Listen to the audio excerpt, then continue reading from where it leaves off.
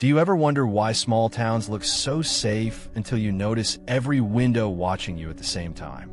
Tonight, we are stepping into places where the diner closes early for reasons no one explains, and the sheriff locks a second set of doors that are not for thieves. Welcome back to my channel, Whispering Abyss. Tonight, I have something truly haunting for you.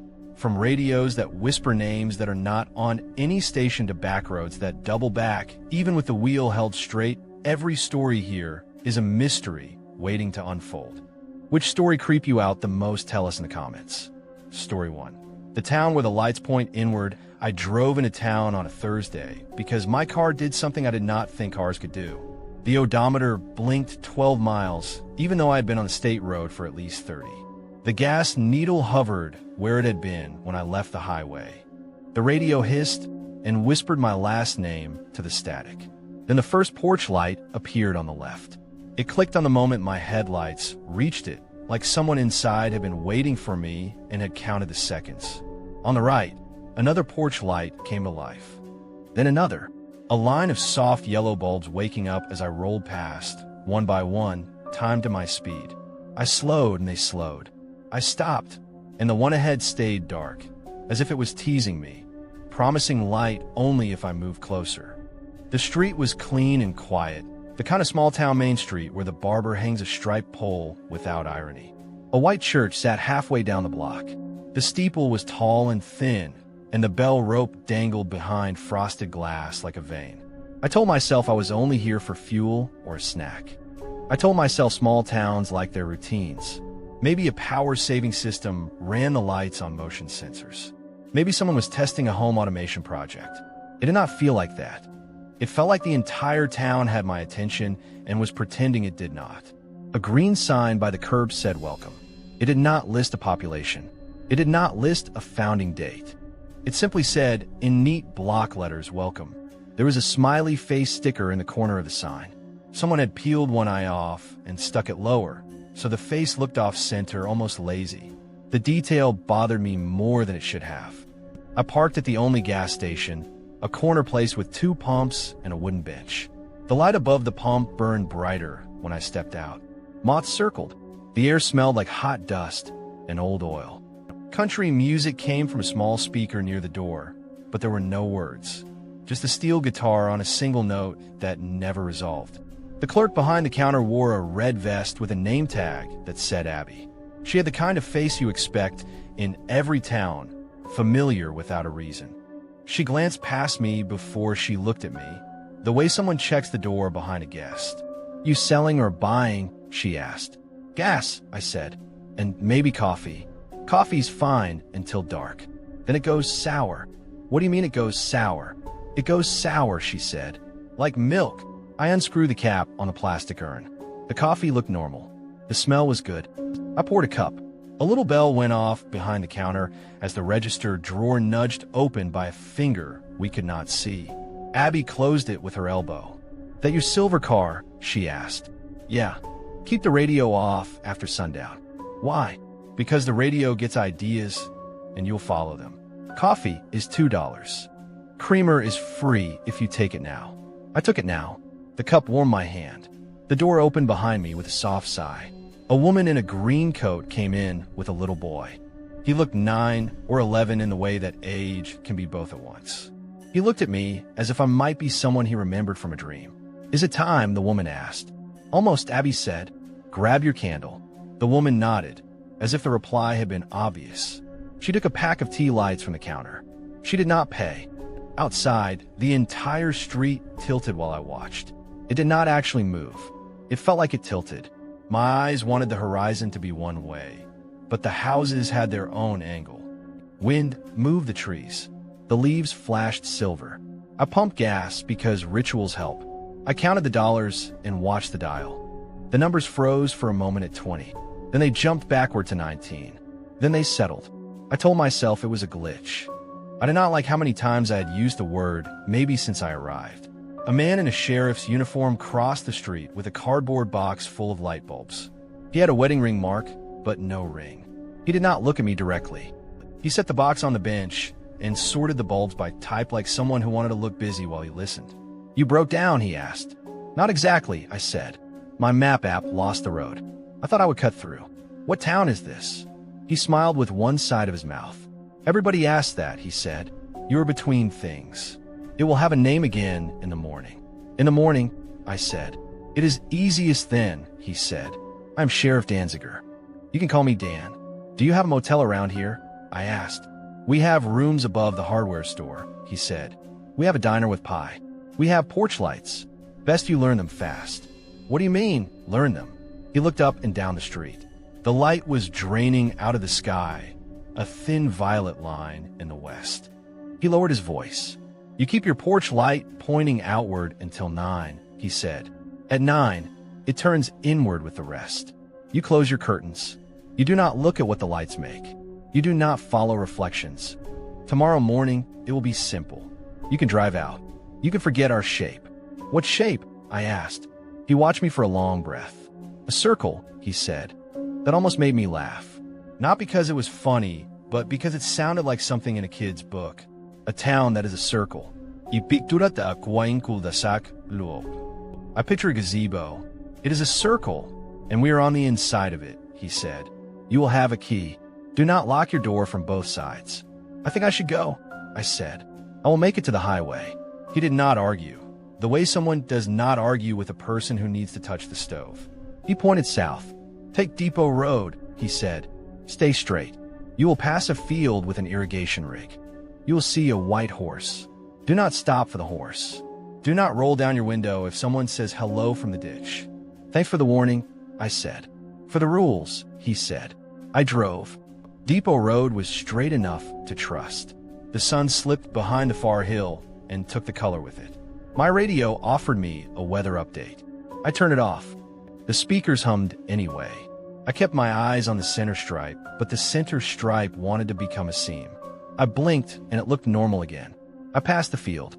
The irrigation rig was a bent spine in the dark. The white horse stood by the fence like a lawn ornament. It did not look at me. The ditch glimmered with water that did not move the right way. Something stirred in the cattails. Hello, said a voice near my left ear. I flinched. The voice sounded like my mother's, which was not possible. The window was up. The doors were locked. The voice came from the air in the car, or from the way the road carried sound. I drove faster. Hey there, the voice said softly. You forgot something on the counter. Abby is saving it for you. You do not want to be rude. I did not answer. The road narrowed. The yellow lines brightened as if they were fresh paint. The smell of coffee filled the car, even though my cup was empty. The ditch seemed higher than the road, and the road seemed lower than the sky. Nothing was right. Depot Road opened onto Main Street again. I braked hard. The car rocked. The storefronts looked familiar in a way that was not a trick. The pump light was still bright. Abby was still behind the counter. The sheriff was still sorting light bulbs. I took a slow breath. I tried to laugh and could not. I did not turn, I said out loud, as if the town would answer. I went straight. A man in a suit came out of the hardware store carrying a paper bag. He was in his 60s, but he had a young man's shoulders. He met my eyes and then looked away, as if eye contact at a cost I was not ready to pay. No one looked surprised to see me again. That felt like the worst part. That, and the way the porch lights flared a fraction brighter, like they were pleased. I parked. I walked back to the gas station. Abby did not make me feel like a fool, which made me like her. She poured fresh coffee and told me the rooms above the hardware store had new locks. She gave me a brass key with a 3 stamped into it.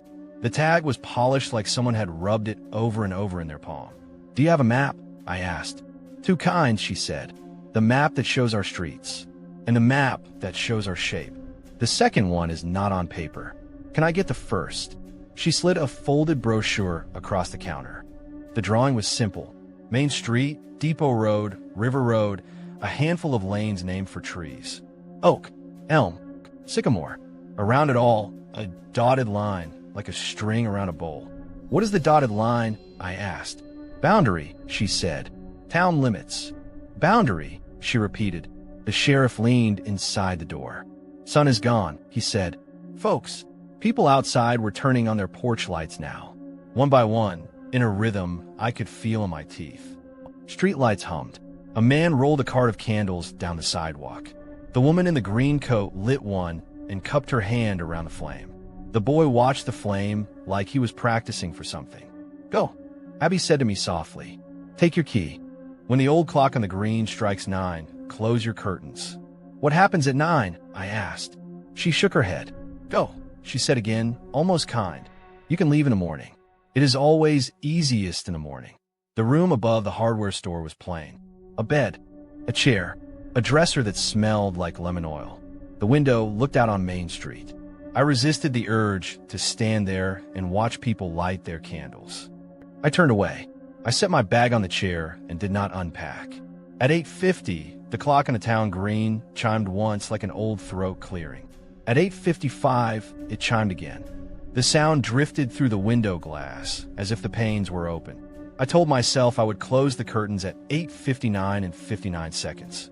I told myself I would not look outside. I told myself a lot of things that had stopped working since I arrived. My phone vibrated in my pocket with no signal bars. A notification popped up from the weather app. It said, in a font I had never seen it use, "High visibility event predicted. Shade your eyes." I wanted to laugh. I did not. It was quiet, and then it was not. The hush flipped over like a coin. People below were moving. I could hear fabric and footsteps.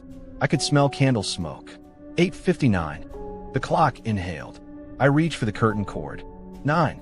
Every porch light on Main Street, and on the side streets I could not see, and on the far farms and quiet porches and the steeple steps and the gas station canopy and the diner sign, every light shifted at the same instant. It was not a slow turn. It was not a dimming. It was a pivot. The bulbs in their housings tilted. The glass in the street lamps refracted. The carnival of little suns swung off the road and off the sidewalks and off the white picket fences and swung inward. All at once, like a stadium wave. The light pointed not out, but in. It was like watching the town take a breath and then press its hand hard against the center of its chest. The beams crossed and braided and found each other. They made a ring of brilliance in the air above the green, and then they sank. I did not close the curtain. I'm not proud of that. I am telling you the truth. I stood at the glass and I watched. The light did not just point inward. It focused. The circle pressed itself into a smaller circle and then a smaller one still. The air shimmered the way hot air shimmers above asphalt. The sound in my ears was like the hum of a fluorescent bulb magnified until it became a tone, and then the tone broke into other tones. The porch lights were not bright enough to cause that alone. Something else helped. Something under the ground or behind the sky. I forgot to breathe. I pressed my hand to the window. The old clock chimed the first of 9 notes. The first note carried across the green like a stone across water. The light tightened to the size of a car, to the size of a chair, to the size of a coin. A shape moved inside it. My hand found the curtain cord. I pulled it down and let the fabric drop. The room went dim. The candle smoke smell was stronger now, as if it had seeped through the walls. Someone in the hall coughed twice. Someone whispered a prayer. I sat on the edge of the bed and counted my breaths. I try not to think of what the shape had been. I try not to give it a name. The 9th chime faded. The air relaxed. I checked the door. It had 2 locks, one above the knob and one below. The bottom lock had a keyhole on both sides like an old storage closet. Sheriff Dan had told me not to lock both sides. I turned the top lock. I left the bottom one alone. I set the brass room key on the dresser. A faint vibration tickled the wood. The key trembled. I opened my hand, and the key slid toward the edge of the dresser as if the room leaned. I caught it just before it fell. The vibration stopped as soon as my fingers closed around the metal. Someone knocked on the door. 3 soft taps. "Yeah," I said because I could not say "come in." "Do not sleep in the center of the bed," a voice said through the wood. It was Abby. "Sleep with your shoulder against the wall. If you wake up cold, stay still until the clock strikes once." I went to the door, but did not open it. I pressed my forehead to the wood. "What is in the light?" I asked. She took a long breath that I could hear. "There are things that want in," she said. "There are things that cannot find you unless you stand where the lines cross. The lines cross in the center of every room. Try to imagine that the floor has seams. Stay off the seams." Her footsteps moved away. The hall creaked. The building adjusted its bones. I turned off the lamp. I lay with my shoulder against the cool wall and the covers tucked tight. I placed a brass key on the floor by my cheek. I closed my eyes. Sometime later, I woke to a cold that felt like it had teeth. I thought maybe the window was open. It was not. Frost traced a flower pattern across the glass. My breath steamed. I waited for the clock to strike, once, as Abby had told me. The cold climbed up my spine like a hand. The clock did not strike. It made a different sound, like a bell underwater. Then I heard something else. A click. Not in the room. In the lights outside. A single bulb adjusting itself. Then another. Then another. The town was making small moves, and the moves aligned. I felt the alignment in my teeth. The cold found my throat. On the far side of the room, something shifted in the dark. It was not a shape I could see. It was a difference in the air. The air there felt pushed aside, like someone stepping through a crowd. The floor creaked in the exact center of the boards. I stared at the shadows. I did not move. I counted 5 breaths. The stir slowed and then went away. The clock finally struck once. A normal sound this time. A little ironic cough. The cold left my body as if it had gotten bored. I slept in short jumps until dawn. When I woke, the town was normal in a way that felt cheap and dangerous. Birds made noise. A truck drove past with a toolbox rattling in the back. The air smelled like frying bacon and sweet grease from the diner.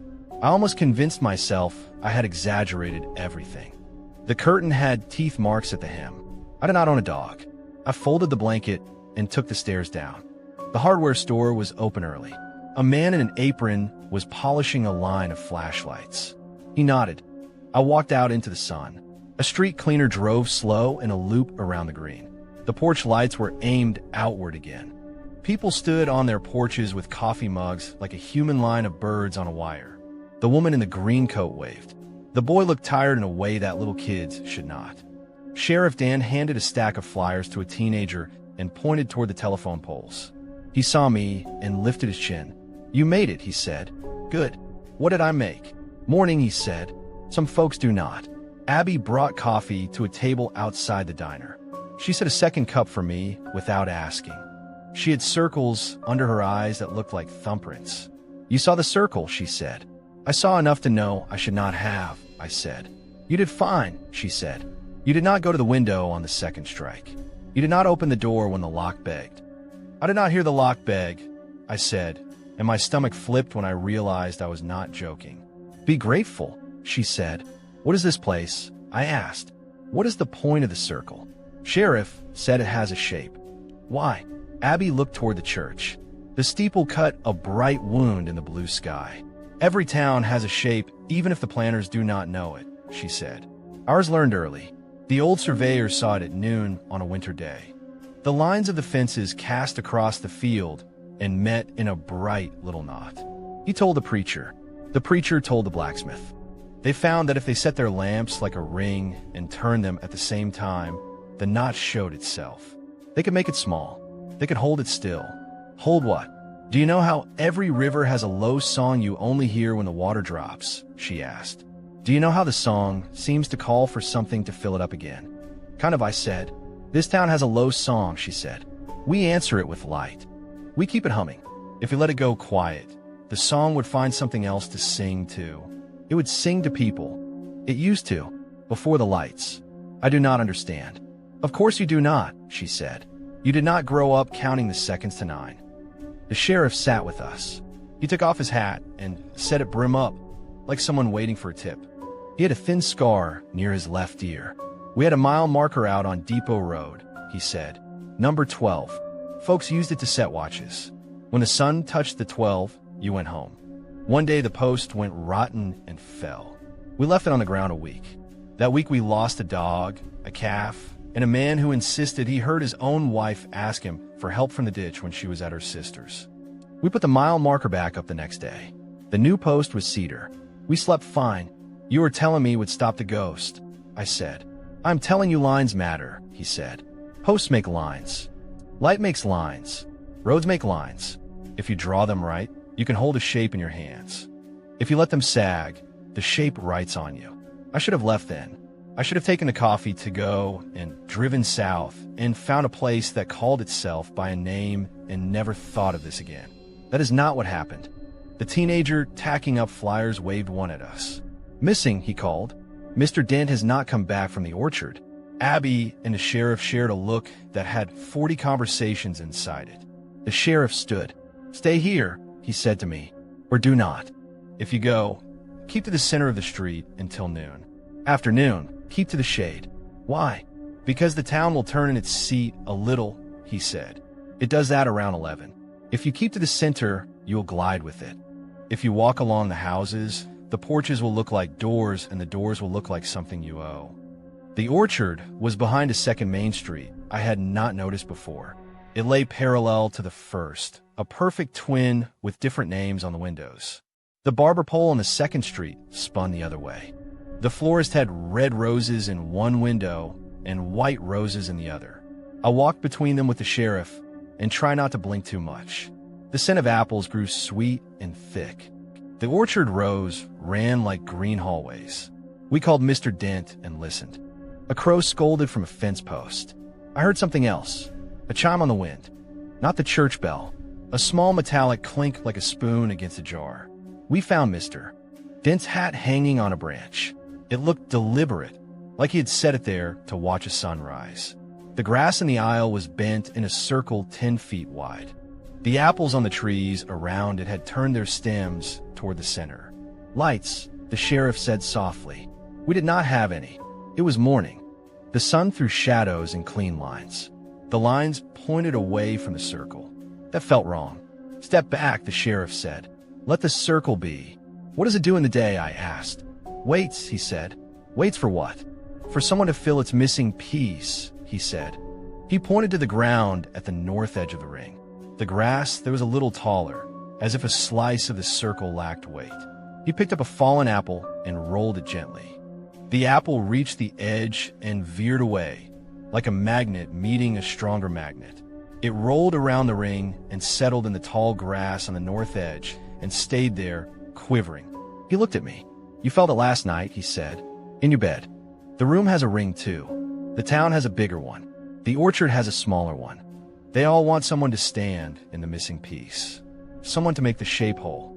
So you set people in it," I said. "That is the plan. We give the circle something that is not a person," he said. "Light, sound, posts, lines, ritual. When we fail at that, it takes what it can get." He did not have to say what it had taken before the porch lights. He did not have to say names. He did not have to say numbers. We found Mr. Dent by the tool shed. He leaned against the siding and smiled at nothing.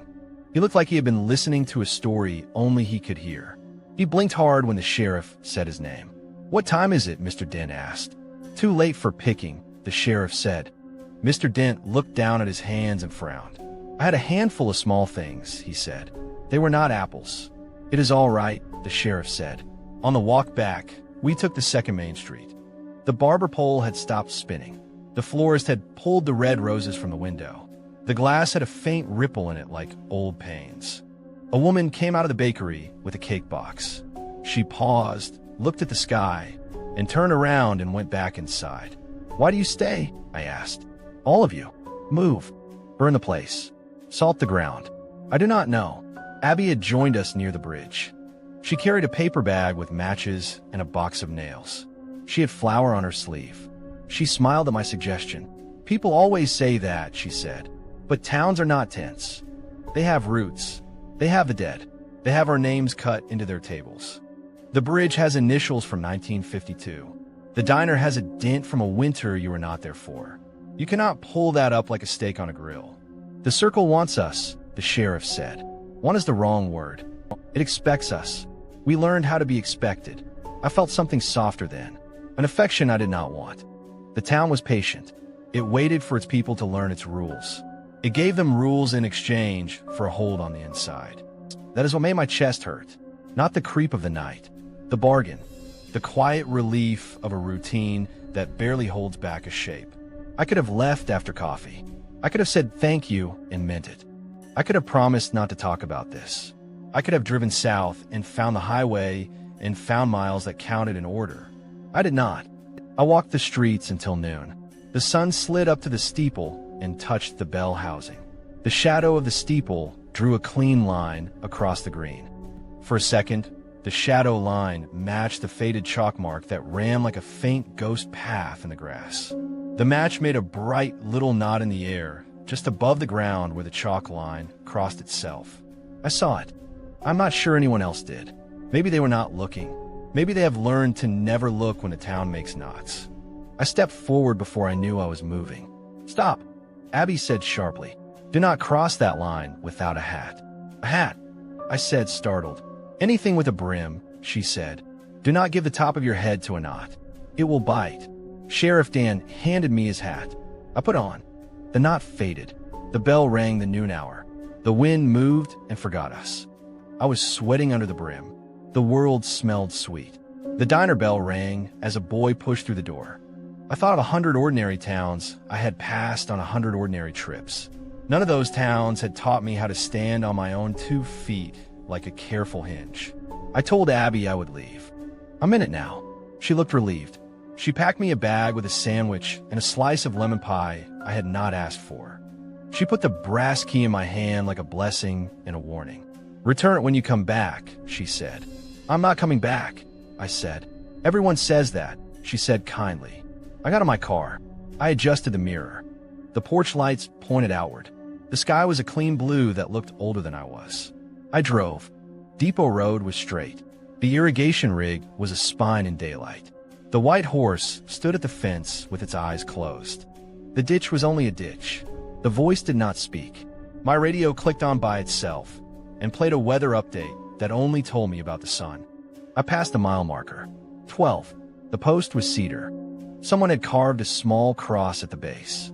There were pennies lined up on the crossbar and a small jar of river pebbles at the foot. I do not know why I stopped. I do not know why I got out. The pennies were all heads, all facing the same way. A wind came along the ditch and flipped the first penny to tails. The rest stayed. The wind was not strong enough to move metal. I put the penny back. I felt foolish. I got back in the car. I put the key in the ignition. A shadow crossed the road ahead, as if a bird had flown low. I looked up. There was no bird. The shadow came again, slower. It was the shadow of a lamp turning. "There are no lamps on Depot Road," I said, and my mouth was dry. I drove. The road tilted, but this time I expected it, so the tilt felt less like a threat and more like relief. I kept the wheel steady. I saw a sign ahead that said State Route 9 with an arrow. I laughed. I wanted to cry. I reached the sign. It pointed right. I turned right. Main Street opened in front of me again. I did not curse. I did not punch the wheel. I sat quietly and looked at the town as if it were a painting I had once loved and had forgotten why. The porch lights were polite as ever. The people were busy.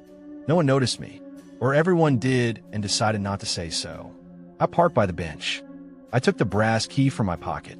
I walked into the gas station and set on the counter. "Keep it," Abby said.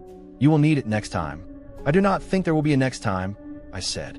The door opened and the woman in the green coat came in. The boy held a candle in a glass cup even though it was noon. The flame burned steady. "You see my husband?" she asked Abby. "Not today," Abby said. "If he brings a bag of river stones, tell him I will trade for nails," the woman said. "He keeps picking up the wrong weight." She looked at me and smiled like we were neighbors who had not met yet. "You heading out?" she asked. "I'm trying," I said. "You will," she said. "Most folks do better the second attempt. The trick is not to follow the painted line when the road lifts its shoulders." "I do not know what that means," I said. "You will," she said again. I wanted to ask them what they did on holidays. Did the lights make a special shape on the 4th of July? Did they sing louder on New Year's? Did the church have a service for the circle? I wanted to know if they taught the kids to crawl in a curve before they walked straight. Instead, I picked up my coffee and walked out. Sheriff Dan waited by my car. He offered me back his hat. "You take River Road this time," he said. "I thought you said Depot Road." "That was for last night," he said. "Morning has other rules. The town slide's a little different at noon. You can ride the long bend down to the bridge and take the left with the gravel. You will hit the state roundabout. Keep right, even if a voice says your name." "What voice?" He did not answer. He looked tired now. The daylight had rubbed some of the shine off him. He was just a man who could not go anywhere else. Why me? I asked. Why do the lights care if I stay or go? Why did the odometer freeze? Because you came alone, he said. Because your car has a silver color that throws a clean line. Because the town was hungry for a missing shape and thought your shape might fit. Because your people have a name with 2 syllables that can bend a certain way in the air. That is nonsense, I said. Most rules are, he said, until you need them. I drove to River Road. The water moved like water. A kingfisher clattered from a branch. The bridge was concrete with initials and dates scratched into the rail. I did not look over the edge. The town did not tilt as much. The painted line wanted to pull me into the center. I kept to the right shoulder where the tar repairs made a quilt. A voice said my name. I kept my hands on the wheel. I looked straight ahead. The voice said my name again, sweeter. It sounded like the first person I had ever loved. It sounded like my own voice. It sounded like my father asking me to give him a hand with the shed door. It promised that if I slowed, I would see something I had always wanted to see. It promised that I would not be lonely for one more day in my life. Not today, I said out loud, and I felt silly and brave and 10 years old. The roundabout appeared as a clean circle of new asphalt. The yield signs wore fresh white paint. The grass in the center had small stones arranged in a pattern I did not look at. I took the right exit. The sign said State Route 9. The odometer ticked from 12 to 13, then 14. I did not breathe until 20. When I finally pulled into a fast food lot and sat staring at the bird-pecking fries, I had the sudden cold thought that I would go back. Not because I had to, because the town had not finished with me. Because it had given me a rule set, and I had the kind of mind that needs to complete sets. I drove on. I slept in a motel near the highway with a sign that blinked vacancy so slow it looked like a tired eye. The room had a bed with a floral bedspread and a wall unit that rattled. I lay in the center of the bed without fear. I told myself that was bravery. It was not. It was distance. Distance is not the same as courage. In the morning, I checked my pockets for the brass key. I wanted to prove to myself that I had left it with Abby. It was not there. I felt relief. Then I felt a small sting of loss. I checked the glove box for a map. I found a brochure I did not remember taking. It showed Main Street and the dotted line around town. The dotted line had a new mark on the north arc. It looked like a small coin shape, as if someone had pressed the tip of a thumb there while the ink was wet. I put the brochure back and closed the glove box. I have tried to explain what I saw to people who collect strange towns the way other folks collect press pennies. They tell me about places where roads hum a single note, where street signs grow lichen in the shape of letters, where basements breathe. They nod when I talk about lines. They ask if the light hurt my eyes. I tell them I did not look directly into it. I'm not sure that is true anymore. I have dreams sometimes. I wake with a brass taste in my mouth. Sometimes late at night, when the radio decides on its own to offer me a voice from a city 2 states away, I turn it off and hear my mother call my name from the ditch. She is alive. She is fine. She lives 3 hours from me and asks me why I am still single like a regular mother does. The voice in the ditch knows the exact rhythm of her laugh. I do not roll down the window. I do not look. A week after I left, a package arrived at my apartment. No return address. Inside was a small box of nails, a tea light, and a brass key. The key had a little card attached. The card said, "In careful handwriting for your next visit, so you do not waste time knocking." We have enough of that already. I keep the key in a drawer with dead batteries and twine. I keep the tea light on a shelf. I have not lit it. I tell myself I will never go back. I picture the ring of lights turning, and I feel my throat close for a second. Then the feeling passes like a train going by on a track that is 2 blocks away. You do not see it. You feel the tremble in your spoons. Sometimes, on a clear night, all the porch lights on my block flare at once. Not brighter, just awake. You notice it only if you stand still and look at the edges of things. It has happened 3 times. Each time, I close my curtains at 9. I sleep with my shoulder against the wall. I do not stand in the center of rooms. I do not return to small towns without names. Not on purpose, not in daylight, not with a full tank and good tires and a song in my throat. But I know a circle when I see one. I know how to draw a line, and how to step aside when the line comes hunting for a shape. If you ever find yourself on a road that will not count your miles, if your radio gets ideas, if a sheriff reminds you to keep the porch light outward until 9, listen to him. Keep your hands on the wheel when the town tilts. Take the second Main Street when it appears, not to follow it, but to let it fold away behind you like paper. When the clock on the green clears its throat, close your curtains. When the light swings inward, do not watch it. It is not for you. In the morning, leave. Keep your eyes on the right shoulder where the tar makes a patchwork quilt. Keep your name in your own voice. If the ditch calls you, answer with silence. If a hat is offered, wear it. Do not give the top of your head to a knot. Do not stand on the seams. And if you cannot leave, if the roundabout only shows you back to Main Street, if the town has decided that the missing piece in its ring is the size and shape of you, then do one more thing. Find Abby. Ask for a box of nails and a pack of tea lights. Ask Sheriff Dan for a post with a number on it. Plant it where the grass grows tall. Tie a string from porch to porch and make a little circle of your own. Aim your light inward, not to call anything, to keep it quiet and fed the way a river is fed with stones in winter. You will not solve it. You will not break the circle. You will learn how to be expected. That is enough to live through the night. Story 2. Last train to Miller's Crossing, I heard the whistle before I saw the depot. It came from everywhere at once. A long, mournful note that carried more memory than sound, like it had been holding its breath beneath the hills and finally decided to speak. I slowed on the county road, headlights catching weeds and gravel, and waited for the second note I knew would follow. It did. The same breath. The same promise. There were no tracks in sight. The rails had been pulled up in the 60s, and locals used the right-of-way as a jogging path in daylight. I knew that when I drove in. Hearing that whistle turned knowledge into a thin thing. Miller's Crossing was small enough to count its streets on one hand. The depot sat at the edge of town like a stubborn memory.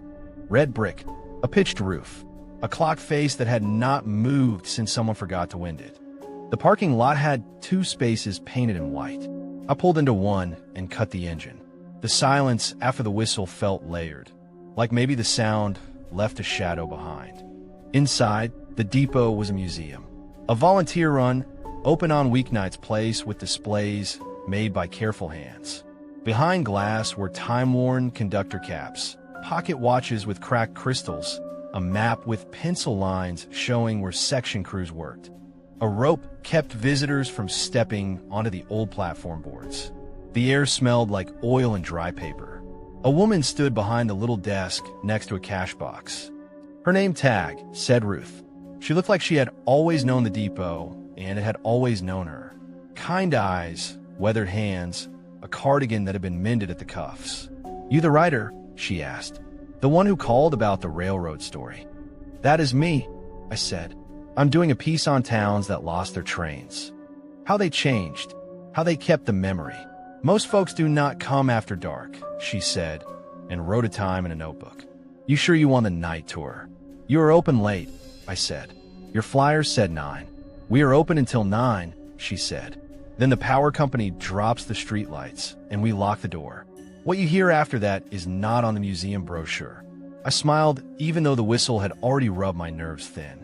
I told myself she was playing up local color for a visitor. I paid the donation, and she gave me a paper ticket printed in black ink with a little gold border. It looked almost real. "Do you get many visitors?" I asked. "Enough," she said. "School groups. Folks who remember the last run. Rail fans who take pictures of bolts." "I heard a whistle on the way in," I said. "Thought you might have a sound exhibit." Ruth looked past me toward the glass door, as if the sound might be standing outside with a hand cupped to its mouth. "We do not play noises," she said. "We keep the clock wound during tours is all. Everything else is the building." She walked me through the displays, her voice steady and patient. She told me about the last scheduled train in 1964, about the ceremony with paper flags, about the engineer who wiped his eyes with a bandana when the conductor called all aboard. She pointed out a framed timetable for the river line, yellowed and brittle under the glass, listing Miller's Crossing as a flag stop. That meant the train only stopped if someone waited with a lantern or the conductor had a ticket to pick up. People used to gather on this platform and tell each other news, she said. My father said you could hear the gossip before you saw the smoke. He also said you could feel the trains. Not hear, not see. Feel. They had a wait that arrived first. You believe him? I asked. I believe everything that left marks, she said. The floorboards lift on nights after rain. The nails creep out like they want a better view. I put them back in with a rubber mallet, and they come back up again when the moon is fat. You tell me if that is a story or a fact. I leaned on the rope and looked out the glass toward the platform. The boards were gray and silver with age. The rails were long gone, but a stripe of gravel still ran in a straight line where the ballast had been. That line cut across the parking lot and into the trees. It made the world seem split, even with nothing to sit on top of it. A man walked in as Ruth finished telling me about the section gangs. I did not hear the door open. He was just there. He wore a dark coat and a hat that reminded me of photographs in the displays. He held a lantern in his left hand. It was not electric. A small tongue of flame moved inside the glass. The fire made a soft tick every time it caught on the wick. Ruth straightened. The room changed. It was subtle, the way a kitchen changes when a storm chooses your house. We are about to close, Ruth said. You can come back for the morning hours. I will wait for the downline connection, the man said. His voice had a cadence that belonged to another part of time. I have a through ticket. He set a slip of paper on the desk. Ruth did not pick it up. I did. The ticket was heavy cardstock with a perforated stub, ink in neat block letters. Miller's Crossing to return date, 18th time, 12:04 a.m. The date was tomorrow, not the calendar tomorrow. The date printed tomorrow. The clock over the desk said 8:47. The lantern inside the man's hand threw a steady warm circle. He smiled at me, not friendly, not unfriendly, as if we were two people waiting out weather on the same porch. What is return? I asked. Is that the name of a town? He tilted his head. It is where the line goes when it cannot go forward, he said, where it gathers until it can. You mean a yard? I said. He shook his head. Ruth reached out and touched the ticket with the back of her fingers, the way someone checks a radiator without trusting it. You know the rules, she said softly. I know them, he said. Say them, she said. He did, quietly, as if reciting grace. Do not step off the platform when the whistle sounds unless you have a reason you can say without lying, he said. Do not call to anyone in the car who looks like they're almost themselves. Mind the gap. Do not read the destination twice. Return what is handed to you. Ruth nodded and looked at me. You stay until 9, she said. Then you leave. Lock the door on your way out and put the key through the slot. I will take responsibility for the light. What light? I asked. The one on the platform, she said. We have no power to the platform, I said. That is the comfort of it, she said. It does not need our wires. The man with the lantern stepped away from the desk and walked toward the glass door. He opened it and the smell of night came in, crushed grass and a hint of smoke like old cinders. He did not look back. The door closed soundlessly behind him. You could have told him to leave, I said. He has a ticket, Ruth said. You do not tier tickets you do not understand.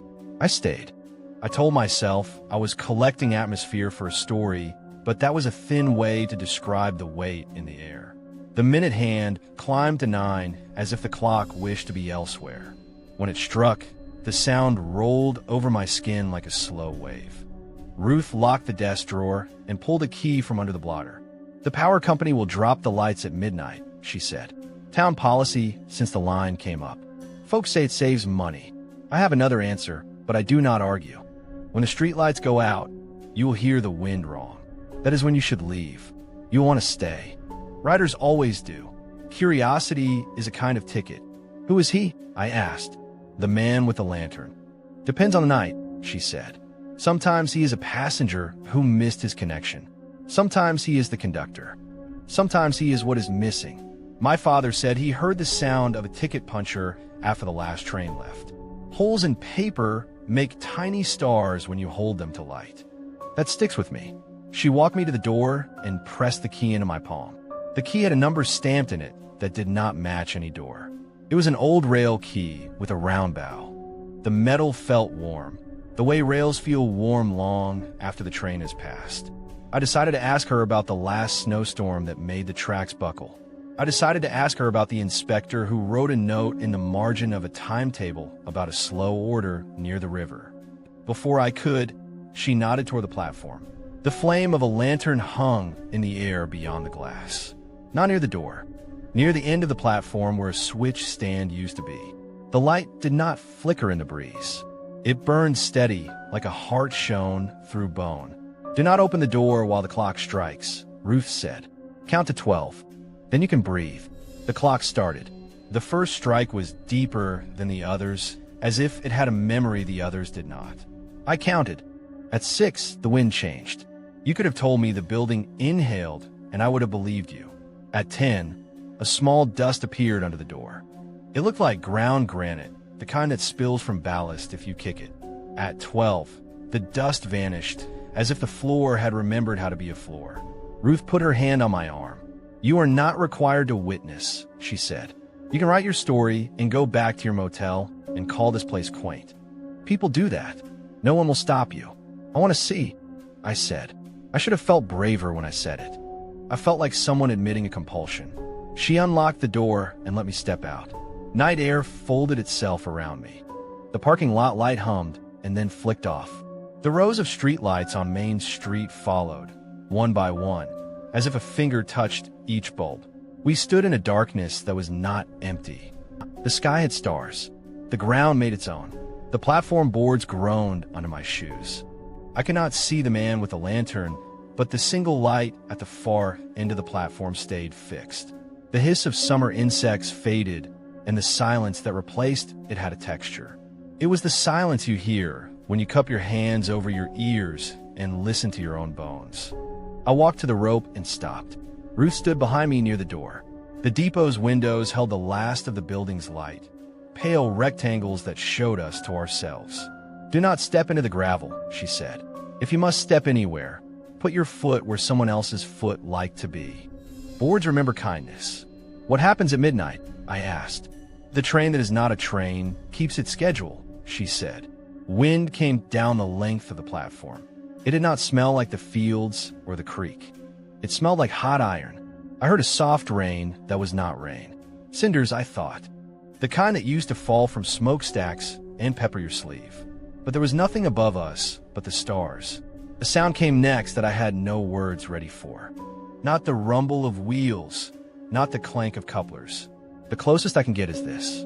Imagine a weight riding a line on the world. A slow, steady line.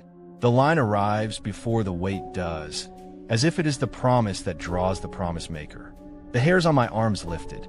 The single lantern at the end of the platform bobbed once in greeting. A shape moved where the tracks were not. I saw it as a distortion at first, like heat above a road. Then the distortion thickened and became a blackness that had weight. Not empty, full. It slid along the gravel and reflected the lantern's light in a way that looked like wet glass. It stopped where it should stop, right where the conductor would stand with a foot on the bottom step, thumb on the rail, calling the station's name. The door opened. No halit, no boiler, no engine, just the car itself, a rectangle of darkness with a door cut into it, and a set of steps that unfolded and came to rest on nothing I could name. Light spilled from inside the car. It was the color of low dawn through fog, the kind of light that makes you think of waking to the sound of a kettle, of a winter kitchen, of hands finding a coat. Ruth whispered my name. Her voice did not reach me. It was not that the wind took it. The air swallowed it without malice. I looked back. She lifted her hand. I nodded, as if any of us had agreed on a signal. Someone moved inside the car, not toward the door, along the aisle. I saw the tops of seats, the edge of a hat, the suggestion of a shoulder. The car looked old but alive. Fabric on the seats, not plastic. Luggage racks like ribs. A strap that swayed even when the air was still. The light made everyone look like a memory of themselves. The man with the lantern stood beside me, though I had not seen him approach. He held out the ticket I had looked at earlier. "You dropped this," he said. "I did not," I said. "You will," he said. "Return requires a stub. You cannot pull it by hand. May I take your hand?" "No," I said too fast. He smiled as if I made a good joke and turned the ticket around so I could read it again. I did not want to. Ruth had warned me. I still did. The letters that read return did not sit still. It looked like they wanted to be a word I knew better. Home. Again. Back. The longer I looked, the more my tongue tried to find a shape that would match. I looked away and the word settled. Return. Plain and heavy. Mind the gap, the man said. There is no gap, I said. He pointed between the platform and the bottom step.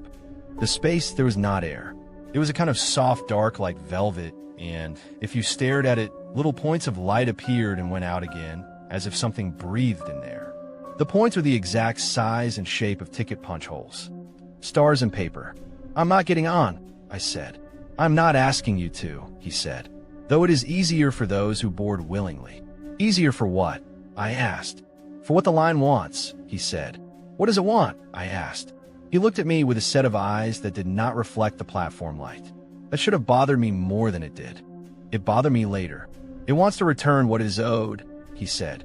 Every station owes a call. Every mile owes a sound. Every passenger owes a step. It is not punishment. It is balance. A woman leaned into the aisle inside the car. She wore a coat I recognized. Not from my life. From a photograph in the museum. Her hair was done in a way I had seen in the framed picture labeled 1958 Picnic. She looked past me as if she could not quite see me and looked toward Ruth as if Ruth were brighter than the rest of us. She lifted her hand and pressed 2 fingers to the glass of the car window, even though there was no glass. The gesture made my throat tighten. I did not know her, but I knew the shape of waiting that lived in her face. Do not call to anyone who looks almost themselves, Ruth had said. I kept my mouth shut and my hands in my pockets. The man with the lantern stepped onto the first stair. He did it with the confidence of someone who had done it 1,000 times, which made no sense. He turned and offered me the ticket again. I put my hands behind my back like a child. He laughed without sound, tucked the ticket into his coat, and climbed.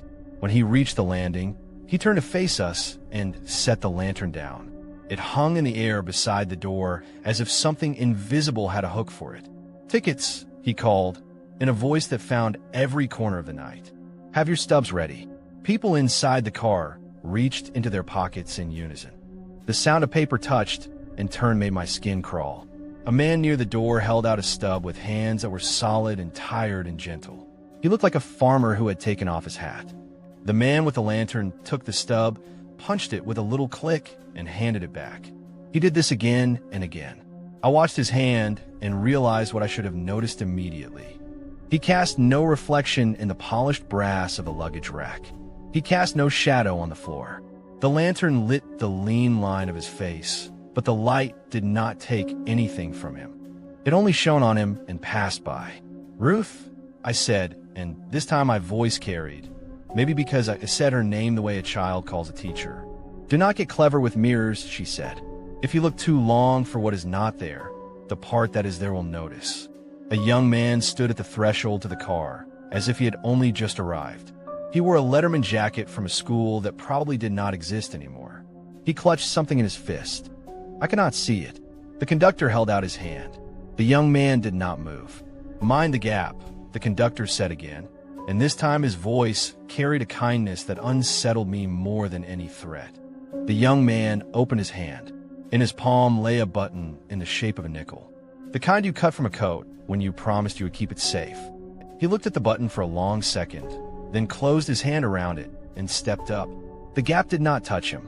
The light inside the car turned the smile on his face into something fragile and real. The whistle sounded behind my back, not from the car, from the road, from the hills, from the place where tracks used to be a mile away. I turned without meaning to and saw nothing but the straight line in the gravel and a moth nodding itself against the glass of the door. When I turned back, a new figure stood halfway down the aisle. He wore a hat like the conductor's and carried a punch in his hand. He looked like a picture of a man that had been left in the sun until the dark parts bled into the light. He turned toward the window, and for a moment his face matched the man with the lantern exactly. The same eyes. The same line of the mouth. 2 people wearing one person, like a reflection trying to catch up. The sight made me dizzy, like looking down a long well. "What happens if you do not have a ticket?" I asked. "You do," the conductor said without looking at me. "You wrote one for yourself the moment you asked to see. People do not like to count the ways they ask." "I did not ask for a ride," I said. "You asked for an answer," he said. "The line is what answers. The paper just keeps score." The whistle bent into a second note. The lantern flame shook for the first time. The wind cut across the platform in a clean line and then died. The clock inside the depot began to strike midnight. The conductor stepped to the door and held the rail with his right hand. He faced us the way you face a crowd at a funeral when you are about to say the name that has to be said. Ruth was not crying. Her eyes were open and dry. She was counting. I could see her lips move. 1, 2, 3.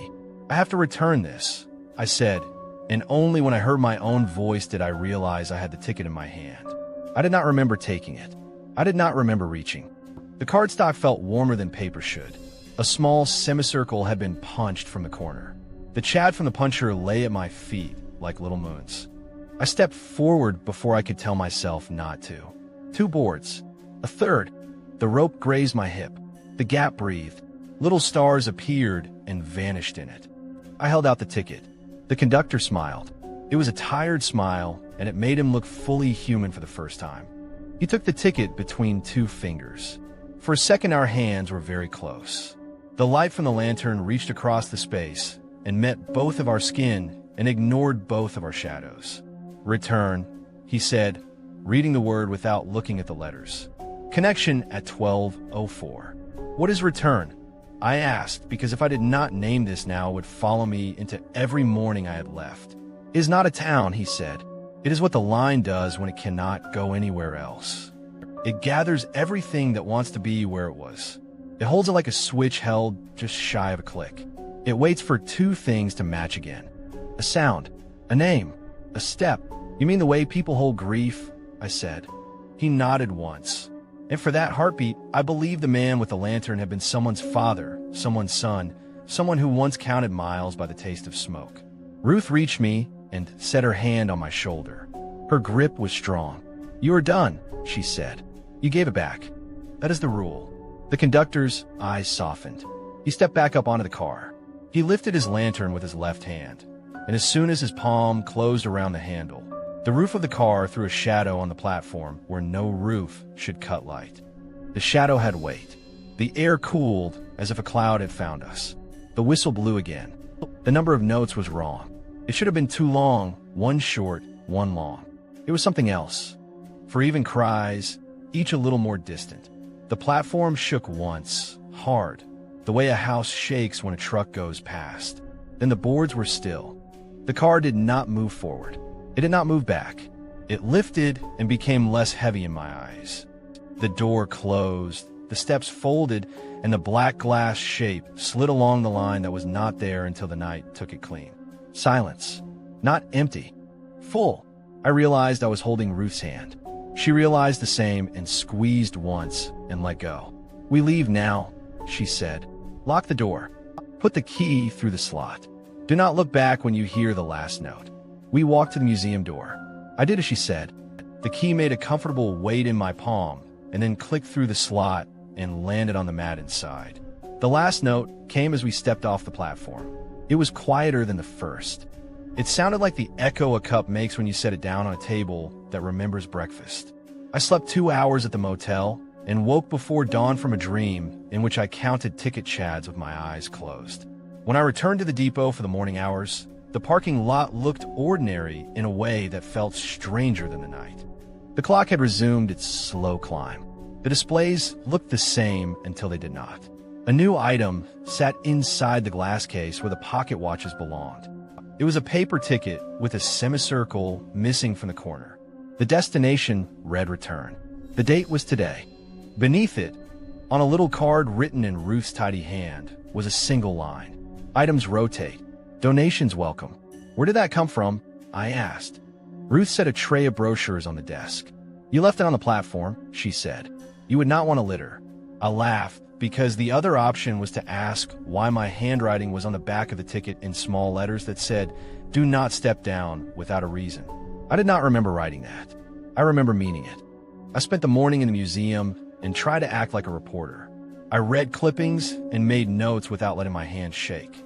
There were stories about the January storm of 1952 when a northbound train stalled at the bend because ice built on the railheads. Crews tried sand.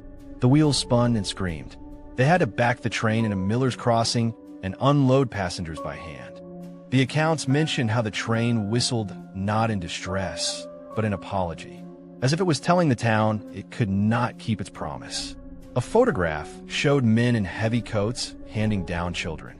The caption noted the time, 12:04. My pencil caught on a piece of paper that did not belong in the stack. It was an index card with a fresh punch in the top corner. Today's date was written in blue pen. Punch mark was clean and round. The Chad still clung to the edge like a tiny eyelid. No one was near my table. I looked at Ruth. She was greeting a couple from out of town and telling them where to find the restroom. I slipped the index card back into the file and told myself not to bury in the story. Around 11, a hush fell over the town that had nothing to do with the depot. You feel it if you stand on the sidewalk and stop pretending. Cars moved and people talked, but there was a layer beneath, a kind of listening. The streetlights clicked once as if settling on their posts. The depot clock let out a breath. I stepped onto the platform and looked down the line. Dragonflies hovered in the heat above the gravel. They moved in a slow curve that reminded me of the way the train had slid across what looked like empty air. Ruth joined me. She handed me a paper cup of coffee and watched the dragonflies too. "You going to write it?" she asked. "All of it." "I do not know what all of it is," I said. "Good," she said. "If you think you do, you will say too much and it will go flat." "What about your father's story?" I asked. "The one about hearing tickets punched after the line came up." "He would sit on this platform with a book and pretend to read," she said. "When the power went out, he would listen. Some nights a sound came like a needle through paper, little and neat and busy. He would say it counted people who showed up in case the doors opened. He would say it left room for them if they chose it. He would say the worst thing you can do in life is close a door that belongs to someone else." "Is the conductor your father?" I asked. "The man with the lantern. Is that what you think?" "I think he is anyone who stands where a gap is and learns how to bridge it," she said. "Sometimes that is a conductor. Sometimes it is a mother. Sometimes it is a stranger who keeps the key until the people who need it arrive." "Will it happen again?" I asked. She looked at the sky like maybe the timetable lived up there now. "Tonight," she said. "Tomorrow. Or not for a month." The line keeps its mind like weather does. We read what we can. We write what we should. We do not stand on the tracks and ask them to be anything else. I followed the line of gravel to where it bent by the creek. I did not step off the platform. I did not need a reason today. The sun warmed the boards under my shoes. The wind moved the tall grass in a way that did not look like waves. It looked like someone brushing a field for lost keys. On my last pass through the museum, I saw a new card tacked to the corkboard near the door, where volunteers posted bake sale flyers and church rummage notices. Ruth had written it in black marker. "For visitors who come alone, do not chase the sound. If you find a ticket, return it. If someone asks for your hand, count to 12. If the door opens, mind the gap. If you feel a pull, say the name of where you intend to go. Do not read the destination twice." I took a photo of the card because I did not trust my memory to be clean. Then I signed the guest book and thanked Ruth and said I would mail her the article, and she said she would pretend to read it while she listened for the punch. I left Miller's Crossing by the long road between cornfields. The whistle found me as I reached the county line. It was smaller by then, or maybe I was larger. I rolled down the window and let it pass through me without trying to hold any of it. The air smelled like summer. The radio caught a station from a city 2 towns over. They were playing a song with a fast drum and a hopeful chorus. I turned it up because it reminded me of getting dropped off at a train when I was a kid, so I could go see cousins 3 stops away. The announcer said the time, 12:04. Then he laughed and corrected himself to 12:40, and I laughed too, because sometimes even clocks leave room for a story. Back in my apartment, I put my notes on the kitchen table and sorted them like a conductor sorting stubs. The article wrote itself in one sitting, and it did not. I had to leave parts out because paper is paper and a screen is a screen and platforms are neither. I deleted the part about the shadow with no reflection. I kept the part about the ticket. I told myself I was protecting something, but I knew I was protecting myself. That night, after I brushed my teeth and made sure my phone was plugged in and turned the deadbolt, I heard a small sound on the hallway rug. It was faint, like a soft flick of a hole punch. One click, another. I opened the door and found nothing. I closed the door and found a circle of paper chads on the kitchen table. They made a shape like a switch stand. Tiny perfect moons. I swept them into my palm and dropped them in an envelope. I wrote a note to Ruth that said I found these. I did not think they belonged to me. I stamped the envelope and walked it to the blue box at the corner because the sound of the punch had put a timer in my chest and I needed to move before it rang. When I came back, the radio that had been off was on and the announcer was telling me about slow traffic on a road that did not exist anymore. I turned the knob and the voice folded into static, then into quiet. I washed my hands to get the paper dust off. I went to bed and lay very still. I dreamed of a world full of platforms that did not need tracks. A world where doors remember the way your hand felt the first time it closed around a rail, and you thought you were going somewhere you had never been, when really you were heading toward a shape you had left hanging in the air days ago. I woke at 12:04 and listened for the whistle and did not hear it. I listened for footsteps on gravel where no rails lay and heard only my neighbor coming home from work. In the morning, the envelope for Ruth sat back on my table. The stamp had not been canceled. The little moons had arranged themselves into the letters of a word so small I had to bend close to see it. Return. I laughed in a way that did not sound like me and took the envelope back to the box and slid it through the slot again. I did not wait to see if the box handed it back. Some things you do once and do not ask if the world agrees. I do not know where the line goes when it disappears beyond a bend. I know where it gathers when it cannot go forward. It gathers in people who keep keys in drawers because it comforts them. It gathers in towns that turn out their lights so they can hear the smaller sounds that go with the big ones. It gathers in a museum where a woman writes new rules because the old ones kept most of them alive and she would like to keep all of them alive if she can. If you go to Miller's Crossing, take cash for the donation box. Shake Ruth's hand. Ask her about the snowstorm of '52. Tell her you will be gone by 9. Mean it. If the door slides open on a car that is not there, keep your feet where boards like the other feet. If someone offers to take your hand, ask yourself if you are about to say yes to balance or to a hole that looks like a star. If you find a ticket with a word you think you know, read it once. Do not read it twice. Memory is a timetable that writes in both directions. The whistle still finds me sometimes. It does it when I am not trying to listen. I hear it when I pass under a bridge on the highway and the concrete carries sound the way water carries leaves. I hear it when a kettle reaches the first small cry before it boils. I hear it when someone in the next room says my name like they're telling a story to themselves and want me to be in it. When I hear it, I count at 12. I say the name of where I am going. I keep my ticket in my pocket and my hands at my sides. I do not step down without a reason I can say out loud. The last thing you should know is this. A week after I mailed the envelope a second time, a small package arrived with no return address. Inside was a lantern wick and a sheet of blank cardstock cut to ticket size. In neat, careful handwriting at the bottom right corner, someone had written a single word. Welcome. I put the wick in a drawer with my spare keys. I put the cardstock on my desk. When light hits it, tiny circles glow for a second, as if someone has already punched my name in time, waiting for the right hand to ask me what I intend to do with the next whistle I hear. Story 3. The night the river ran backward, I heard my name from under the bridge before I heard the river. It came up through the concrete like air through a flute. A soft syllable pulled tight. My name, stretched and thinned by water, as if the current knew how to say it better than I did. I put my hand on the guardrail because my knees had decided to forget how to behave. There was no one under there. Just a spill of shadow, the smell of moss, and the slow slap of water on stone. You expect echoes under bridges. You expect your own voice to come back wrong. This was not that. This was a voice that had tried my name on every night for years and finally found the right way to fit. I told myself I was tired from the drive. I told myself river towns all sound like they're talking if you stand still long enough. Then the voice tried my name again and added a word I had not heard since I was 10. It said kiddo, the way my grandfather used to say it when he needed me to hand him a wrench without asking questions.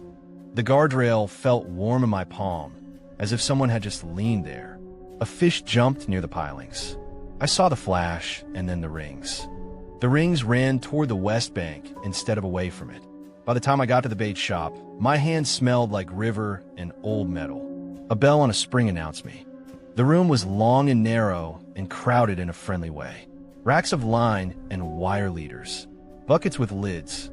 Air that held the sharp, clean smell of minnows and coffee. People in river towns drink coffee that tastes like it can pull iron out your bones. I took a cup without asking, because a sign said, please pour one while you wait. The woman behind the counter looked up from a ledger. Her hair was braided and tucked up. She had sleeves rolled to the wrist and a ring that looked like it had been worn into the shape of the finger. Her name tag said Nora. She looked like the type of person who knows exactly how many steps it takes to get from this counter to the freezer and back, and has never bothered to count aloud. You heard it, she said. I heard something, I said. Under the bridge. The siren test is at noon, she said. That is not for the river. That is for us. What you heard is for the river. You have a siren, I said. Every Wednesday, she said. We run it 2 minutes. Keeps the spillway honest and the town from telling itself it forgot the drill. What drill? Go high when you hear long. Stay put when you hear short, she said. Do not drive the culvert road if you hear either. You are passing through, or you would know. You need bait, or you need rules. Rules, I said. Then maybe bait. She smiled without showing teeth. It was not unkind. It was a practical smile. Do not throw stones into the water near the pilings, she said. If you take a stone, bring it back. Do not stand in the center of the bridge at night. Stay to the right where the tar patches hold. If you see fish face upstream after dark, go home and put your car keys on the table with the teeth all pointing the same way. If you hear a voice say your name from below the ice in winter, say, I am busy, and keep walking. If you find a ring in the shallows that looks like it wants your finger, it does. Leave it. These are very specific, I said. Every river thinks it is a god, she said. Ours is only a river trying to get its debt paid. Specific is how you keep your skin. What debt? I asked. She looked at the clock over the coffee maker, and then at the window where the river showed between 2 boats. You are here for the story, she said.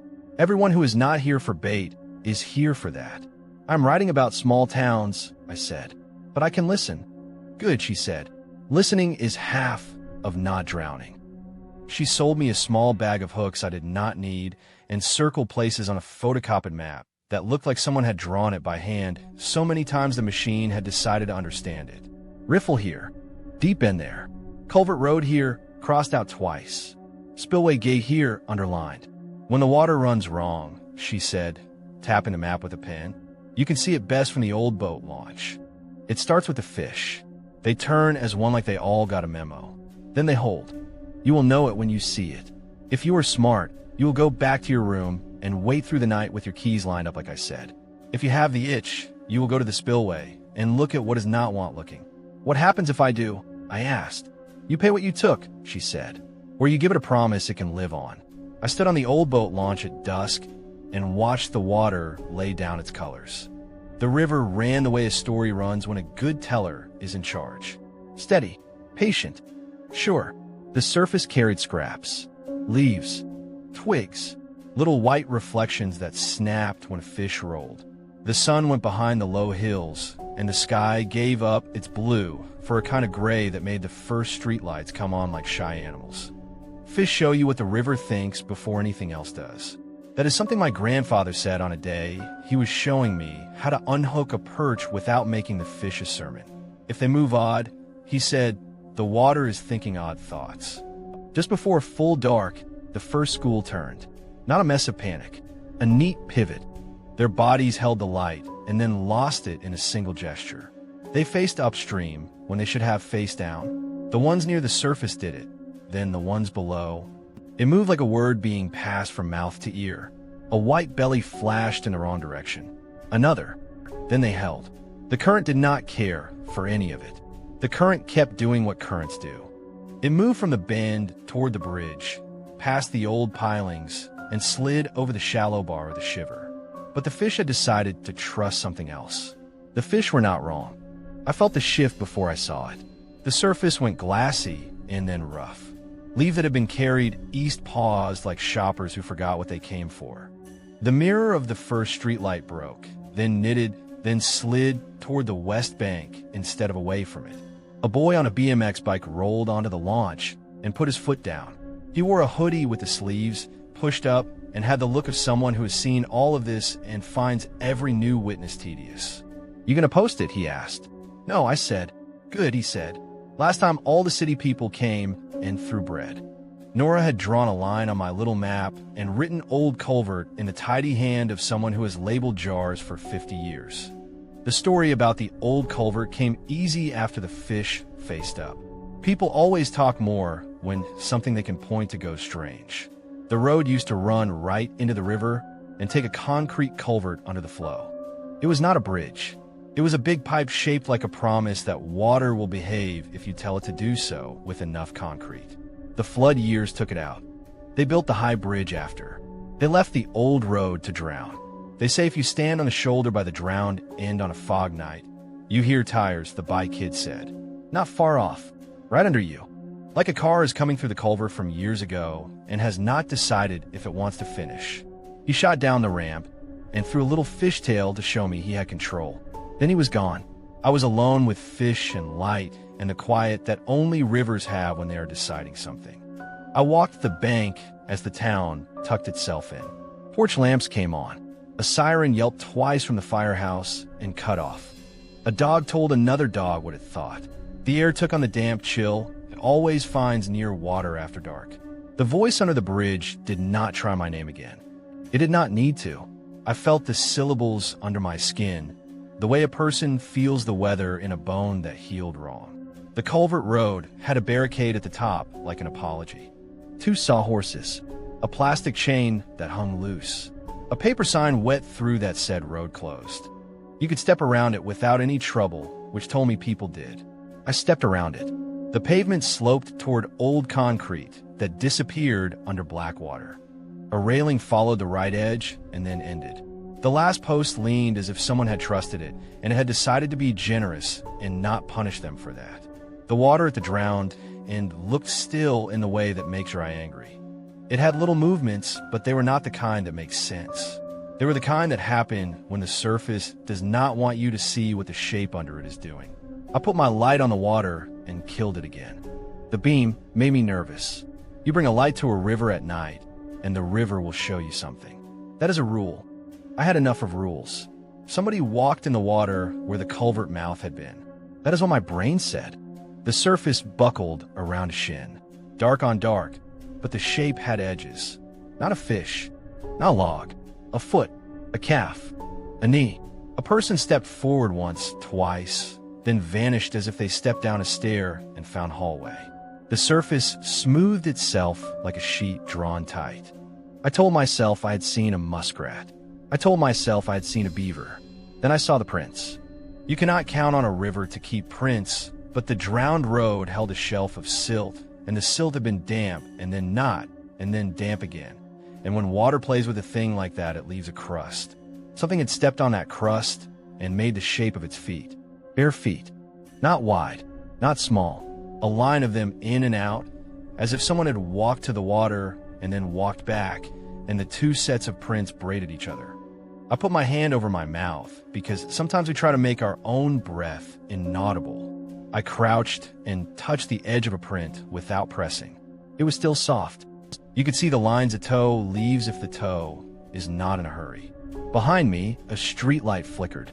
I turned and watched the cone of light on the asphalt do a small dance. Sharp, then dull, then sharp again. The reflection of that light in the water did not dance with it. It slid away from the base of the pole. It slid toward the drowned road, like a person in a crowd who has found a hand to follow. The fish below the surface held their upstream posture. A leaf that had been coasting toward the bend drifted backward, paused, and then stopped. Nothing in my legs wanted to stand. I stood anyway. I walked backward to the barricade because I did not want to turn my back to the drowned end. Then I walked a little faster because I wanted to be anywhere but there, and I did not trust wanting to be elsewhere to make my feet move. When the flood siren goes, it is a flat noise. No melody, no rise. The kind of sound that goes right through a person. I had not heard it yet. It was not Wednesday. It did not need to be. The river had its own alarms. At the bait shop in the morning, Nora watched me count sugar packets without opening them, and then slid a muffin onto a napkin and pushed it toward me. "You found the prints," she said. "Yes," I said. "How fresh?" she asked. "Fresh enough to feel like an insult," I said. "That is a good answer," she said. "You will be careful then." "What is the debt?" I asked. "You said the river wants something back." "What?" "Money. Stones. Names. All of that," she said. "We took rock to build the spillway. We took a bend out because it was a nuisance. We took a road under because it was cheaper than a bridge until it was not. We told the water what to do. It did what we asked until it did not. It remembered. Water is not a god, but it remembers the old route like a dog remembers a door that used to be there." "What about people?" I asked. "You will notice I did not make a list," she said. "There are names I do not invite into mourning." "Is that what return means here too?" I asked. And I hated that the word from the last town rode my tongue into this one. Nora watched me like a person listens for a train clock that is not theirs. "Maybe every place has a word like that," she said. "Here we use debt. The river uses do." A map on the wall behind her showed the spillway gate with a little red star. The Real Gate sat at the end of Service Road behind a chain-link fence with a lock that had been polished by 100 hands. Metal shines that way when it has been asked to keep an oath. "You have a key," I said. "Everyone with a reason has a key," she said. "Some nights you bring the gate up a hair to make the pull go where it should. Some nights you keep it down to make the pull spend itself on stone. There's an art to it. Mostly it is talk. You speak to the wheel like you would to a child you trust to do a hard thing. You talk to the gate," I said. "We talk to the water through the gate," she said. "Talking is part of the terms." "It spoke my name," I said. "Under the bridge." Nora did not look surprised. She poured more coffee. "Someone in your people took something the river liked," she said. "Or it gave something the river appreciated and wants more of. Or worked the wheel and forgot to say thank you when they stepped away. The voice gets particular when it knows your shape. It will ask you to stand where the pole meets the post. Do not do that unless you mean to make a promise." "What promise would that be?" I asked. "That you will return the weight you carry," she said. "That you will lift it where the town asks." I had come to small towns to write about thrift stores and late diners and the way a stranger could be known everywhere without anyone saying how.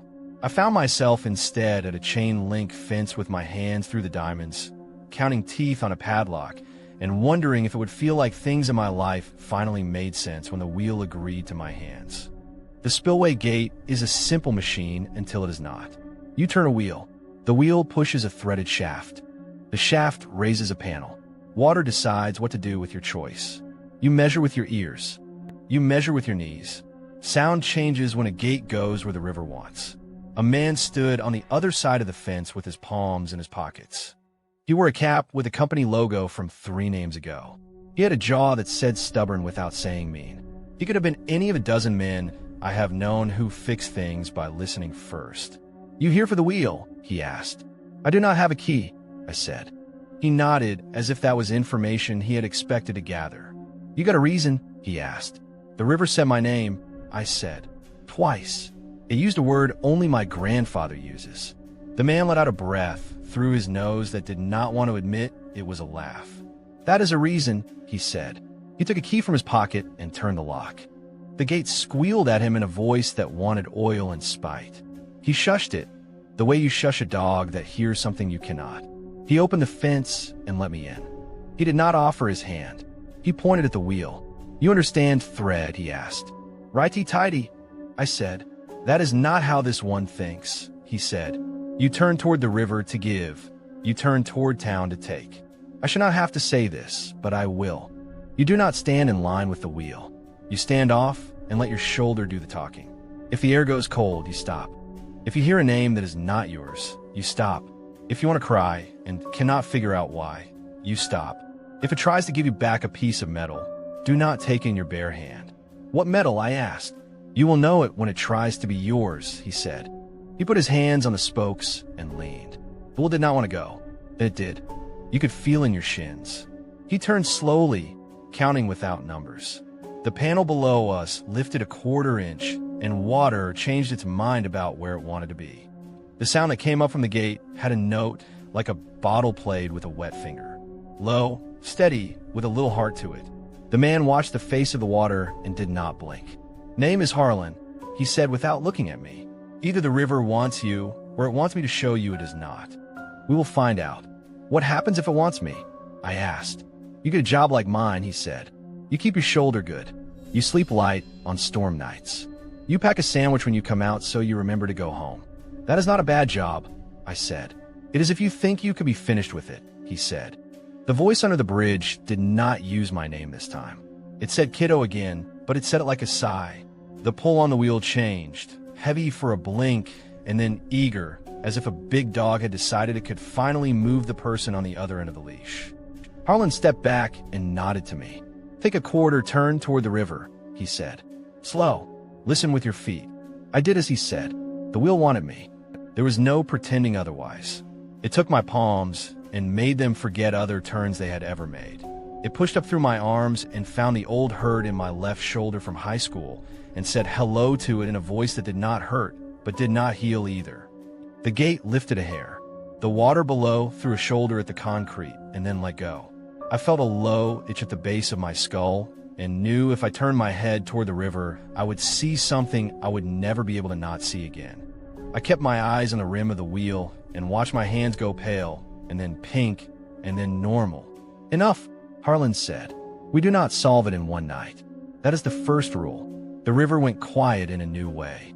Not because it had surrendered, because it was listening. We locked the fence and walked back to the truck. Harlan handed me a bottle of water and a packet of salt crackers. I knew better than to say no to either. Paying the debt is not about drowning people to even a scale, he said. That is a lie towns tell when they want to make fear the only story. The river is not a judge. It is a ledger with current. It wants the weight we took back in that same season. We give it iron in spring and stone in fall and promises when we have nothing else. Sometimes it wants names put back into its mouth. It will take them if we give them careless. It will return them if we speak them clean. How do you speak a name clean? I asked. You say with both hands on the wheel and no pride, he said. You do not ask for anything after. The storm came on a Tuesday. The sky found green where it should not have. The river climbed the banks with its polite speed. The siren at noon did its 2 minutes and a little extra because the person in charge of the switch felt generous. People shut gates and moved cars and brought lawn chairs inside. The fish turned and faced the wrong way before the first sheet of rain crossed Maine. I went with Harlan to the gate because that is what you do when the thing that knows your name asks for you in a voice you recognize. Nora had her boots on the wrong feet because she got dressed in the dark. She handed us both a piece of string with a nail tied to the end. You're going to want to measure the pull, she said. This is how my grandmother taught me. We tied the strings to the fence and watched the nails swing. The one nearest the wheel pointed straight down.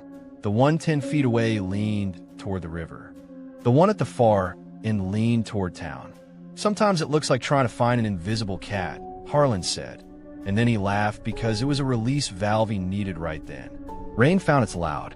The bridge disappeared into a curtain. The drowned road took back its sign and threw it somewhere I did not see. The gate sang the bottle song, while Harlan turned and turned and turned. He did not hurry. He did not breathe between turns like a person running. He breathed like someone climbing stairs with an armful of wood and a house that would be warmer if he did not drop anything. My hands came to the wheel when he let them. The pull liked me. It felt like recognition, and it made my eyes sting for no good reason. The gate rose and then stopped. The river below churned and then bowed. I felt the bow on my knees. It was not to me. It was to something I was helping the river remember. Lightning showed the culvert road in negative for a second. In that negative, I saw what the drowned end had held for years. Not bodies, not cars. A section of iron rail someone had laid over the culvert mouth after the flood to keep logs from jamming. The town took it up when it built the bridge. Every spring since, the river had asked for that weight. We gave it other weights. Scrap, bolts, rivets. They worked for a while. Then they worked less. The river wanted that exact shape in that exact place. I think I see it, I said, and when the words left my mouth, I understood why the voice had called me kiddo in my grandfather's voice. I had fished with the man on summer days when we brought back more stories than bluegill. He worked on the crew that dismantled the flood junk when the new bridge went up. He had brought home a slice of rail one day and made it a doorstop because he liked the heft. My mother used it to prop the screen door every June. I had stubbed my toe on it every year until I left for college and forgot about the rail like we all forget doorstops when they're doing their job. "Do you still have it?" Harlan asked. My house was 3 towns away. The slice of rail had sat behind that same screen door for 20 years. The town wanted iron. The river wanted that iron. My chest hurt like a friend calling from far away and saying they needed a ride. Not because they could not get home another way, because I was the way that kept the story honest. "I can get it," I said. "You will not make it back before midnight," Harlan said. He was not telling me no. He was telling me the river had its own hands on the clock. "Does it need it tonight?" I asked. "No," Nora said from behind us, sleeves soaked and hair in her face. "It needs the promise tonight. That is the part people forget. The iron can be brought. The promise has to be made fresh. I will bring it," I said to the wheel without trying to be dramatic. "I will set it where the old mouth used to be. I will not ask for calm or fish or anything back. I will bring it because we took it." The pull changed, like a muscle unclenching, like someone on the other side of a door deciding to wait inside instead of banging until their knuckles bled. Harlan nodded. He closed the gate a quarter, turned toward town. The water below hissed like a kettle ending its tantrum. "At midnight, the river will lean backward," he said. "It would do it to test your word. Do not walk to the culvert. Do not stand on the bridge. Put your keys on the table with the teeth the same way. Sit with your palms up and think about weight. That is enough." The voice under the bridge used my name again at 11. It said kiddo and then said the year my grandfather died. Not to wound, to remind. I sat at the motel table with my hands up like a person lost in a prayer they never learned. The clock stuttered. The room went dim. When the current shifted, the whole building knew. Pipes ticked. The window scratched. The lampshade turned a fraction as if it could see a thing I could not. Streetlight reflections slid up the walls in the wrong direction. The sound of water under the bridge came through the floor even though we were nowhere near the bridge.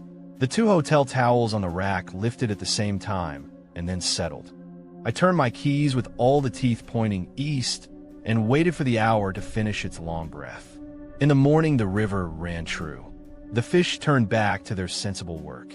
The culvert road wore new scum that said no one had walked where they should not. I drove home and lifted the slice of rail from behind my mother's screen door and felt the house let go of a thing it had forgotten it was holding. My grandfather had nicked the iron to make it sit level. I could see the hammer marks. They lined up in a way that matched the way he used to line up nails before sinking them. I carried the weight to my car with both hands and put on the back seat like a passenger. When I set the rail on the drowned road, the river said thank you in the language of pressure and release. It is not an English thank you. It is the way your ears feel when you drive out of a tunnel. It is the way a room brightens when a heavy thing is moved to the right spot and the floor stops complaining. The iron slid to the mouth and settled. The water laid down its shoulders. The prints washed away. Harlan wrote my name in a little book with other names and other objects. A bicycle frame, a box of bolts, a bag of sand from a place people should not have taken it, a pine beam with a carved heart that used to sit on the low bridge before the flood. Sometimes you return a thing, and the river keeps quiet for a season. Sometimes you return a promise, and the river keeps quiet for longer. It depends on how clean you spoke when you made the promise and how steady your hand was on the wheel. I did not become a keeper of gates. That is not the twist you want if you like stories to fold clean. I go when Harlan calls because that is how you answer a debt that knows your shape. I keep a string and a nail in my glove box to measure the pull. I keep a thermos and crackers because Nora is right about going home, and you can forget to do that if you think you're solving something that is not yours to solve. The voice under the bridge still knows my name. It says, kiddo, sometimes when the sky goes the wrong color and a fish on the surface shows its belly for no reason. I say I am busy and keep walking unless I am not busy, and the pull at the wheel says please. I do not pretend it is romance. It is not. It is work. It is a ledger that moves and wants small lines balanced. If you come to our town and stand on the bridge at dusk, the river will look like any other river until it does not. You will smell moss and old metal and maybe coffee if the wind is kind. You might hear a word that is yours. Do not answer unless you mean to work. If you find prints where the water should be deepest, do not stick your hand in them. If a streetlight reflection slides the wrong way and it tries to take your eyes with it, look at your shoes. If you borrow a stone, bring it back. If you took iron years ago without knowing that is what you did, return it when you can and return a promise now. The night the river ran backward was not a miracle. It was a question. The answer was not clever. It was heavy and honest. We paid what we took in shape we took it and spoke the names with both hands on the wheel. The river runs right most days now. On others it remembers and asks us to remember with it. That is not a curse. That is a town learning the old road and agreeing to keep the door open where it belongs. You will know the work took when the dragonflies over the boat launch hover in a lazy curve instead of tight one. You will know it took when the siren at noon sounds like a drill instead of a sentence. You will know it took when you pour coffee that tastes like iron and it only tastes like coffee. I keep the slice of rail in my head when I think about what a person owes a place. I keep my keys lined up with their teeth the same way when the sky presses down. I keep my name in my own mouth unless the river asks for it with the voice of someone who taught me how to hold a wrench. Then I say it once and mean it and do not ask for anything after. If you hear your name under a bridge, think before you answer. If you answer, make your promise short and true. The current will test you at midnight. The reflections will travel wrong for a while. Your towels may lift. You want to look at the drowned end. Do not. Put your hands up and think about weight. In the morning, make it right with iron or stone or a name spoken clean. That is the whole trick. That, and not letting pride tell you that water is a god or that you are. It is a river. You are a person. You both remember doors that used to be there. You both can learn to leave them open in the right season.